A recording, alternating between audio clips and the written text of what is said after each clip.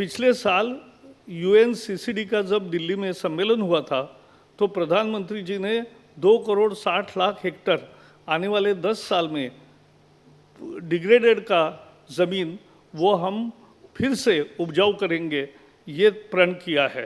ये महत्वपूर्ण है। फिर गुजरात में उन्होंने पहली दफ़ा क्लाइमेट चेंज डिपार्टमेंट निकाला, क्लाइमेट चेंज मिनिस्ट्री यहाँ भी की, और एक किताब अल गोर का बहुत दिनों से चल रहा था, इनकन्वीनियंट ट्रूथ, उसका एक बहुत प्रयोगों के आधार पर कन्वीनियंट एक्शन, ये किताब मोदी जी का लिखा मैंने देश के सभी नेताओं को जो हमें पेरिस के समय मिले उन सबको दिया और सबने बड़ी प्रशंसा की। पेरिस समझौते का एक ही वाक्य कहूँगा कि पेरिस समझौता आखिरी दिन होगा नहीं होगा ऐसा पेंच आया था। तब ओबामा, फ्रांस के राष्ट्रपति अध्यक्ष ओलांद, और उन्होंने प्रधानमंत्री मोदी जी को फ़ोन किया और पेरिस समझौता साकार हो गया। ये भूमिका उनकी हमें लीडरशिप की रही है।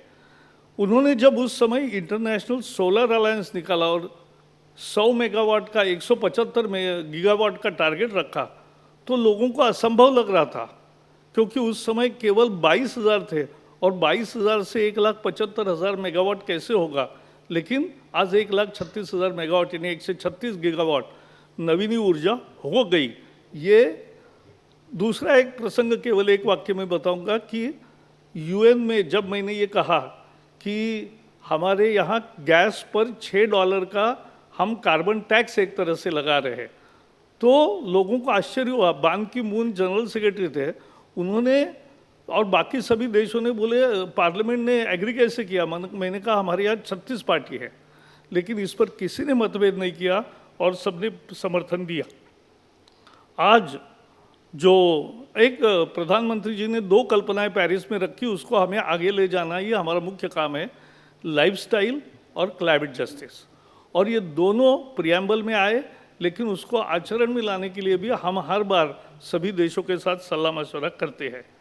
अंत में इतना ही कहूँगा कि आज इथेनॉल का जो नया निर्णय करेंगे वो बहुत ही प्रेरणादायी होगा, ऐतिहासिक होगा, और इलेक्ट्रिकल कार को भी बढ़ावा दिया जा रहा है, इलेक्ट्रिकल वाहनों को बढ़ावा दिया जा रहा है, और तो और एक बायोफ्यूल पर दिल्ली से देहरादून और देहरादून से दिल्ली एक कमर्शियल फ्लाइट भी ऑपरेट हुई।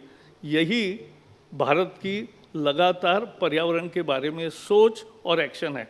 सबको बहुत बहुत धन्यवाद।